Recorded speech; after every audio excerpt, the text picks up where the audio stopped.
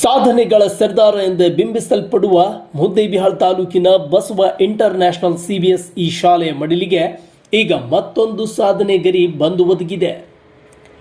ಶಿಕ್ಷಣದೊಂದಿಗೆ ಆಟಕ್ಕೂ ಮಹತ್ವ ನೀಡುತ್ತಾ ಮಕ್ಕಳಲ್ಲಿರುವ ಪ್ರತಿಭೆಯನ್ನು ಅನಾವರಣಗೊಳಿಸುತ್ತಾ ಬಂದಿರುವ ಈ ಶಾಲೆ ಈಗ ಮತ್ತೊಂದು ಸಾಧನೆ ಮಾಡಿ ಇಡೀ ದೇಶವೇ ಈ ಶಾಲೆಯತ್ತ ತಿರುಗಿ ನೋಡುವ ಹಾಗೆ ಮಾಡಿದೆ.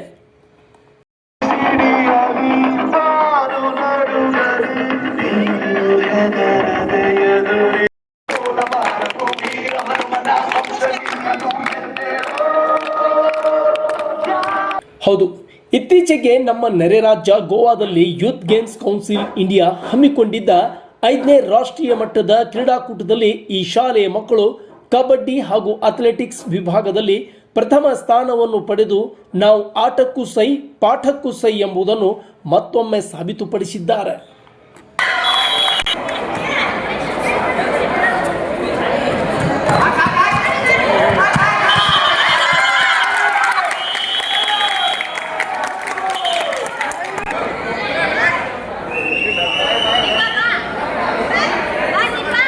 ಕರ್ನಾಟಕದ ಪರವಾಗಿ ಶಾಲೆಯಿಂದ ಹೋದ ಅಥ್ಲೆಟಿಕ್ಸ್ನಲ್ಲಿ 3ನೇ ತರಗತಿ ವಿದ್ಯಾರ್ಥಿ ಮೊಹಮ್ಮದ್ ಜಿಶಾನ್ ರಿಸಾಲ್ದಾರ್ ಹಾಗೂ ಬಾಲಕ ಬಾಲಕಿಯರ ಕಬಡ್ಡಿ ತಂಡ 2 ತಂಡಗಳು ಪ್ರಥಮ ಸ್ಥಾನ ಪಡೆದು ಗೆಲುವು ಸಾಧಿಸಿ ಇಡೀ ಕರ್ನಾಟಕವೇ ಹೆಮ್ಮೆ ಪಡೆಯುವಂತೆ ಮಾಡಿದ್ದಾರೆ.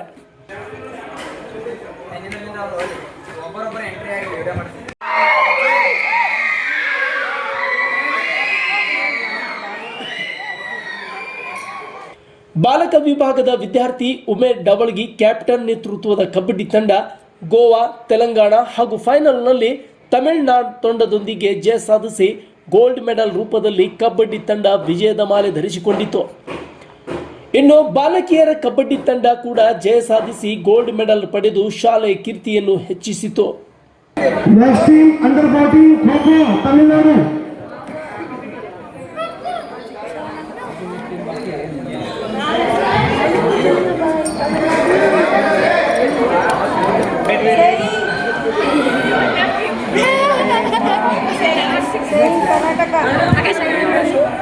ಅಥ್ಲೆಟಿಕ್ಸ್ ವಿಭಾಗದಲ್ಲಿ 100 ಮೀಟರ್ ಓಟದಲ್ಲಿ ಮೊಹಮ್ಮದ್ ಜಿಶಾನ್ ರಿಸಾಲ್ದಾರ್ 15 ಸೆಕೆಂಡ್ನಲ್ಲಿ ಓಟವನ್ನು ನಿಗದಿಗೊಳಿಸಿ ಪ್ರಥಮ ಸ್ಥಾನವನ್ನು ಪಡೆದು ವಿಜಯದ ಪತಾಕೆ ಹಾರಿಸಿದರು. ಅಂಡರ್ 10ನಲ್ಲಿ ಪಾರ್ಟಿಸಿಪೇಟ್ ಮಾಡಿದ ಜಿಶಾನ್ ಓಟ ನೋಡುಗರನ್ನು ಆಶ್ಚರ್ಯಚಕಿತ ಮಾಡಿತ್ತು. ಯೂತ್ ಗೇಮ್ಸ್ ಕೌನ್ಸಿಲ್ ಇಂಡಿಯಾ ಆಯೋಜಿಸಿರುವ ಈ ಕ್ರೀಡಾಕೂಟ ರಾಷ್ಟ್ರೀಯ ಮತ್ತು ಅಂತಾರಾಷ್ಟ್ರೀಯ ಮಟ್ಟದಲ್ಲಿ ನಡೆಯುತ್ತಿದೆ.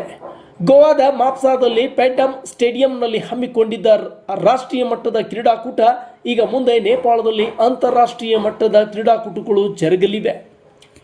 ಕರ್ನಾಟಕದಿಂದ ಪ್ರತಿನಿಧಿಸಿದ ಈ ಬಸವ ಇಂಟರ್ನ್ಯಾಷನಲ್ ಶಾಲೆಯ ಮಕ್ಕಳು ಮುಂದೆ ಮೇ ತಿಂಗಳಲ್ಲಿ ನೇಪಾಳದಲ್ಲಿ ನಡೆಯುವ ಅಂತಾರಾಷ್ಟ್ರೀಯ ಕ್ರೀಡಾಕೂಟದಲ್ಲಿ ಭಾರತ ಪರವಾಗಿ ಪ್ರತಿನಿಧಿಸಲಿದ್ದಾರೆ. ಇದು ನಿಜಕ್ಕೂ ತಾಲೂಕಿಗೆ ಹಾಗೂ ಕರ್ನಾಟಕಕ್ಕೆ ಹೆಮ್ಮೆಯ ವಿಷಯವಾಗಿದೆ. ಇನ್ನು ಈ ಮಕ್ಕಳ ಸಾಧನೆಗೆ ಶಾಲೆಯ ಪ್ರಿನ್ಸಿಪಾಲ್ ಪ್ರಭಾ ಚಿನಿವಾರ್ ಅವರು ಎಲ್ಲ ಸಾಧಕ ವಿದ್ಯಾರ್ಥಿಗಳನ್ನು ಶಾಲೆ ವೇದಿಕೆಯ ಮೇಲೆ ಸನ್ಮಾನಿಸಿ ಗೌರವಿಸಿದರು.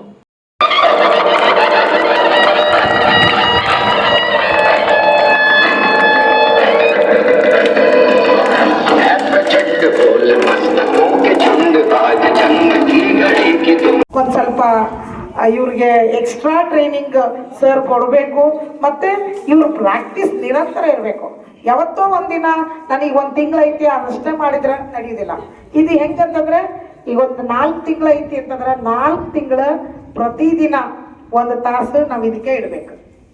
ಅದಾದ್ಮೇಲೆ 2 ಮಂತ್ಸ್ ಆದ್ಮೇಲೆ ಪ್ರತಿದಿನ ಒಂದು 3 ತಾಸರ ಇಡಬೇಕು. ನಾವು ಮುಂಜಾನೆ 1 ತಾಸು ಸಂಜೆಗೆ 2 ತಾಸು ಹತ್ರ ಮಾಡಿಕೊಂಡು ಅಂದಾಗ ಮಾತ್ರ ಇದರ result we can see. So ಈ ಒಂದು ಒಕೇಶನಲ್ಲೇ ನಾನು ನಮ್ಮ ಸಿದ್ದರಾಮ್ ಸರಿಗೆ ಹೇಳ್ತೀನಿ, ಕರ್ಕೊಂಡು ಹೋಗೋದು ಕರ್ಕೊಂಡು ಬರೋದು ಕೂಡ ಡಿಫಿಕಲ್ಟಿ. ಅದಕ್ಕೆ ಇಲ್ಲೇ ನಮ್ಮಲ್ಲಿ ಗ್ರೌಂಡ್ ಮಾಡಿಕೊಂಡು ಪ್ರಾಕ್ಟೀಸ್ ಮಾಡಿಸ್ರಿ.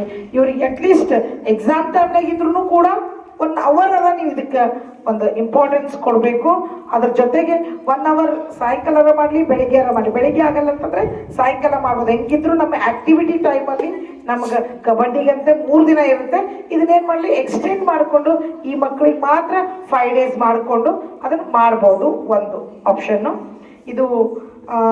ಇದೆಲ್ಲ credit goes to Siddaram sir.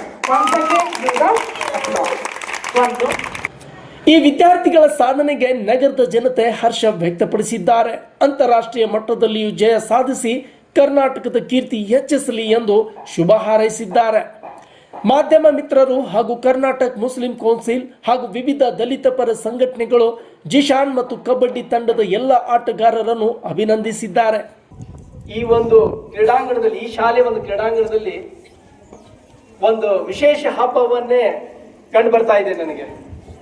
ಈ ಒಂದು ಚಿನ್ನದ ಒಂದು ಗೆಲುವು ಇದೆ. ಇವತ್ತು ನಾವು ಎಷ್ಟು ಊಹಿಸಲು ಅದಕ್ಕಿಂತ ಮಿಗಿಲಾಗಿ ಎಲ್ಲರ ಕಣ್ಣಲ್ಲಿ ತುಂಬಾ ಒಂದು ಸಂತೋಷದ ಕ್ಷಣಗಳನ್ನು ನಾವು ನೋಡ್ತಾ ಇದ್ದಾರೆ. ಈ ಪಾಲಕರ ಅಂದ್ರೆ ಈ ಒಂದು ಚಿನ್ನರ ಪಾಲಕರಾದ ಎಲ್ಲರೂ ಈ ವೇದಿಕೆ ಮೇಲೆ ಅವರೆಲ್ಲರನ್ನು ಕೂಡ ನಾನು ಈ ಒಂದು ಕಾರ್ಯಕ್ರಮ ವಿಶೇಷವಾಗಿ ನಾನು ಸ್ವಾಗತಿಸ್ತಾ ಇದ್ದೀನಿ. ಅವರು ಕೂಡ ಅಭಿನಂದನೆ ಕೂಡ ಸಲ್ಲಿಸ್ತಾ ಇದ್ದೀನಿ. ಈ ಒಂದು ಸಕ್ಸಸ್ ಆಗ್ಲಿಕ್ಕೆ ಕಾರಣ ಮುಖ್ಯವಾಗಿ ಈ ಒಂದು ಪ್ಲಾಟ್ಫಾರ್ಮ್ ಅನ್ನು ಕೊಟ್ಟಿದಾರಲ್ವಾ, ಈ ಬಸವ ಇಂಟರ್ನ್ಯಾಷನಲ್ ಶಾಲೆ, ಅವರಿಗೆ ನಾವು ಎಲ್ಲರ ಅಂದ್ರೆ ಪಾಲಕರ ಪರವಾಗಿ ನಾನು ಅವರಿಗೆ ಅಭಿನಂದನೆ ಕೂಡ ಸಲ್ಲಿಸ್ತಾನೆ, ಧನ್ಯವಾದಗಳು. ನಾವು ಇವತ್ತು ಯಾವುದೇ ಒಂದು ಸಕ್ಸಸ್ ಕಾಣಬೇಕಂದ್ರೆ, ಯಾವುದೇ ಒಂದು ಕ್ಷೇತ್ರ ಆಗ್ಲಿ, ಅದು ಸ್ಪೋರ್ಟ್ಸ್ ಆಗ್ಲಿ, ಶಿಕ್ಷಣವೇ ಆಗ್ಲಿ, ಅದರಲ್ಲಿ ನಾವು ಸಕ್ಸಸ್ ಕಾಣಬೇಕಾಗಿದ್ರೆ ಅದರ ಹಿಂದೆ ಒಂದು ಪರಿಶ್ರಮ ಅಂತ ಇರುತ್ತೆ.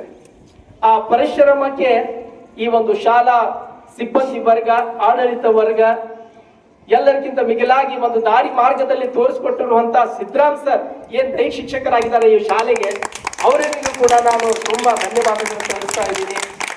ತುಂಬಾ ಧನ್ಯವಾದ ಸರ್ ನಿಮ್ಗೆ. ಈ ಒಂದು ಮಕ್ಕಳಿಗೆ ಈ ಒಂದು ಸ್ಟೇಜ್ ಲೆವೆಲ್ಗೆ ಬೆಳೆಸಿದ್ರದಕ್ಕೆ ತುಂಬಾ ಧನ್ಯವಾದಗಳು.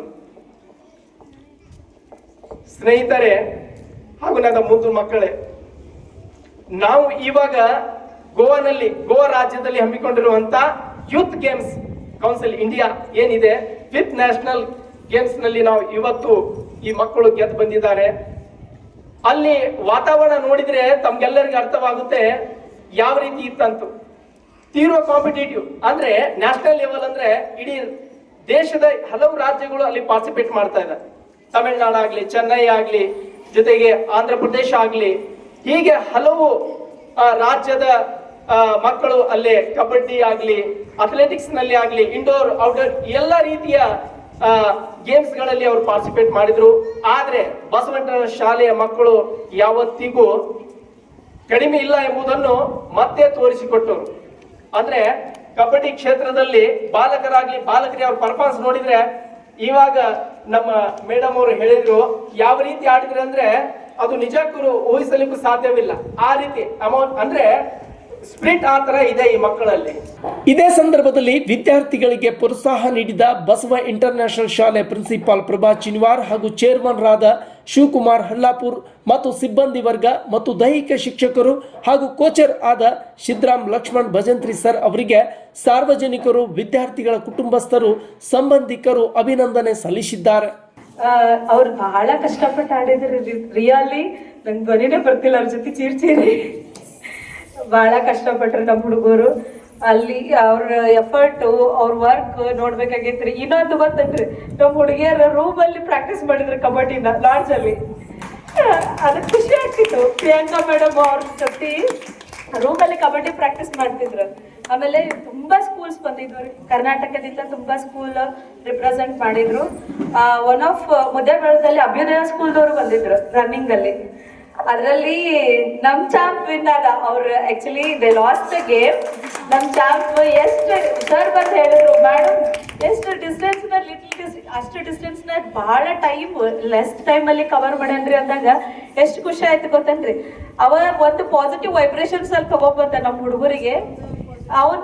ಪಾಸಿಟಿವ್ ವೈಬ್ಸ್ ಇಂದ ಇವರೆಲ್ಲರೂ ವಿನ್ ಆದ್ರಿ. ಬಟ್ ಅದೊಂದು ದೊಡ್ಡ ಖುಷಿ. ಫಸ್ಟ್ ವಿನ್ನಿಂಗ್ ನಮ್ little champ. Really I heartily congratulate him. ಅಲ್ಲೇ ಕಂಗ್ರ್ಯಾಚುಲೇಷನ್ ಹೇಳಿದ್ರು, ಅಲ್ಲಿ ಸೆಲೆಬ್ರೇಟ್ ಮಾಡ್ಬೇಕು ಅನ್ಕೊಂಡ್ವಿ, ಬಟ್ ಟೈಮ್ ಇರಲಿಲ್ಲ ನಮ್ಗ.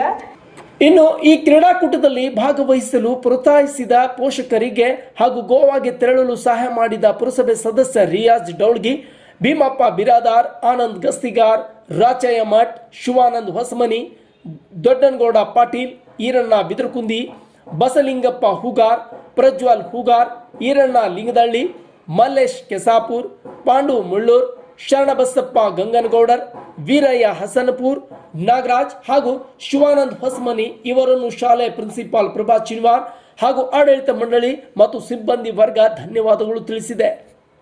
ಈ ನ್ಯಾಷನಲ್ ಲೆವೆಲ್ಗೆ ಹೋಗ್ಲಿಕ್ಕೆ ಬ್ಯಾಕ್ಗ್ರೌಂಡ್ ಆಗಿ ಹಿನ್ನೆಲೆಯಿಂದ ಸಪೋರ್ಟ್ ಮಾಡಿರ್ತಕ್ಕಂಥ ಎಲ್ಲ ಪಾಲಕರು, ದಾವಣಗಿ ಸರ್ ಇರ್ಬೋದು, ಸೂರಜ್ ಹರಿಸಲ್ದಾರ್ ಸರ್ ಇರ್ಬೋದು, ಕುಂಟೋಜಿ ಎಲ್ಲ ಪಾಲಕರು, ಅದರಲ್ಲಿ ಭೀಮು ಸರ್, ಎಲ್ಲರೂ ಪ್ರತಿಯೊಬ್ಬರು ಕೂಡ ಸಪೋರ್ಟ್ ಮಾಡಿದ್ದಾರೆ. ಅವರು ಪ್ರಾಕ್ಟೀಸ್ ಮಾಡಬೇಕಾದ್ರೆ ಒಂದು 15-20 ಡೇಸ್ ಪ್ರಾಕ್ಟೀಸ್ ಮಾಡಬೇಕಾದ್ರೂ ಕೂಡ ಅಲ್ಲಿ ಡವಳಗಿಯವರ ಸ್ಪೇಸ್ ನಲ್ಲಿ ಜಾಗದಲ್ಲಿ ಹೋಗಿ ಪ್ರಾಕ್ಟೀಸ್ ಮಾಡ್ತಾ ಇದ್ರು ಎಲ್ಲ ಮಕ್ಕಳು. ಅಲ್ಲಿ ಇಲ್ಲಿಂದ ಕರ್ಕೊಂಡು ಹೋಗೋದು 2 ಟರ್ಮ್ ಗಾಡಿ ಅವ್ರು ಏನ್ ಮಾಡಿದ್ದಾರೆ, ಗಾಡಿ ಹೊಡೆದಿದ್ದಾರೆ ಕುಂಟಾಜಿ ಗುರುಗಳು ಪಾಲಕರು. ಅಲ್ಲಿ ಮಕ್ಕಳನ್ನ ಕರ್ಕೊಂಬರೋದಾಗ್ಲಿ ಬಿಡೋದಾಗ್ಲಿ, ಇಲ್ಲ ನಮ್ಮ ಹಾಸ್ಟೆಲ್ ಹುಡುಗರನ್ನ ಕರ್ಕೊಂಬರೋದು ಬಿಡೋದು ಕೂಡ ಅವರೇ ಮಾಡಿದ್ದಾರೆ. ಸಿದ್ದರಾಮ್ ಸರ್ ಹೇಳಿದ್ರು, ಸರ್ ನೀವೇನು ಚಿಂತೆ ಮಾಡ್ಬೇಡ್ರಿ, ಹಾಸ್ಟೆಲ್ ಹುಡುಗರನ್ನ ಕರ್ಕೊಂಬರೋದು ಬಿಡೋದು ನನ್ನ ಜವಾಬ್ದಾರಿ ಅಂತ ಹೇಳಿದ್ರು. ಅವರು ಪ್ರತಿಯೊಂದು ಏನು ಇಂತ ಮಾಡ್ತೀವಿ ಅಂತ ಅಂದಾಗ ಎಲ್ಲದಕ್ಕೂ ನಾವು ಸಪೋರ್ಟ್ ಮಾಡಿದೀವಿ, ಎಲ್ಲ ಪಾಲಕರು ಸಪೋರ್ಟ್ ಮಾಡಿದ್ದಾರೆ. ಅದರಿಂದ ಇವತ್ತು ಒಂದು ಉನ್ನತ ಸ್ಥಾನದಲ್ಲಿ ನಮ್ಮ ಮಕ್ಕಳು, ನಮ್ಮ ಸರ್ ಎಲ್ಲರೂ ಇದ್ದಾರೆ ಅನ್ನೋದಕ್ಕೆ ನನಗೂ ಬಹಳ ಸಂತೋಷ ಆಗ್ತೈತಿ. ಇನ್ನು ರಾಷ್ಟ್ರೀಯ ಮಟ್ಟದಿಂದ ಅಂತಾರಾಷ್ಟ್ರೀಯ ಮಟ್ಟಕ್ಕೆ ಮಕ್ಕಳನ್ನು ಬೆಳೆಸಿದ ಶಾಲೆ ದೈಹಿಕ ಶಿಕ್ಷಕರಾದ ಸಿದ್ದರಾಮ್ ಸರ್ ಅವರನ್ನು ಶಾಲೆಯ ವತಿಯಿಂದ ಸನ್ಮಾನಿಸಿ ಗೌರವಿಸಲಾಯಿತು. ಜೊತೆಗೆ ಇದೇ ವೇಳೆ ತಮ್ಮ ಗೆಲುವಿಗೆ ಕಾರಣೀಕರ್ತರಾದ ಸಿದ್ದರಾಮ್ ಗುರುಗಳನ್ನು ಎಲ್ಲ ಮಕ್ಕಳು ತಮ್ಮ ಕೊರಳಿನಲ್ಲಿದ್ದ ಗೋಲ್ಡ್ ಮೆಡಲ್ ಅನ್ನು ತೆಗೆದು ಅವರಿಗೆ ಹಾಕಿ ಗೌರವಪೂರ್ವಕವಾಗಿ ಅಭಿನಂದನೆ ಸಲ್ಲಿಸಿದರು. ಇದೇ ವೇಳೆ ಪೋಷಕರ ವತಿಯಿಂದ ಕೂಡ ಸಿದ್ದರಾಮ್ ಸರ್ ಅವರನ್ನು ಸನ್ಮಾನಿಸಲಾಯಿತು. ಒಟ್ಟಿನಲ್ಲಿ ಈ ಬಸವ ಇಂಟರ್ನ್ಯಾಷನಲ್ ಶಾಲೆ ಲಿಟಲ್ ಚಾಂಪಿಯನ್ನರು ಮುಂದೆ ಅಂತಾರಾಷ್ಟ್ರೀಯ ಮಟ್ಟದಲ್ಲಿಯೂ ಕೂಡ ಗೆಲುವು ಸಾಧಿಸಿ ಶಾಲೆ ಹೆಸರನ್ನು ಇಡೀ ಜಗತ್ತಿಗೆ ಗುರುತಿಸಲಿ ಎಂದು ನಮ್ಮ ಮುದ್ದೇಬಿಹಾಳ್ ಪತ್ರಿಕಾ ಬಳಗ ಹಾಗೂ ಸುನಾಮಿ ವಾಹಿನಿ ಬಳಗ ಕೂಡ ಆಶಿಸುತ್ತದೆ. Suraj Risaldar, news desk, tsunami TV, Muddebihal.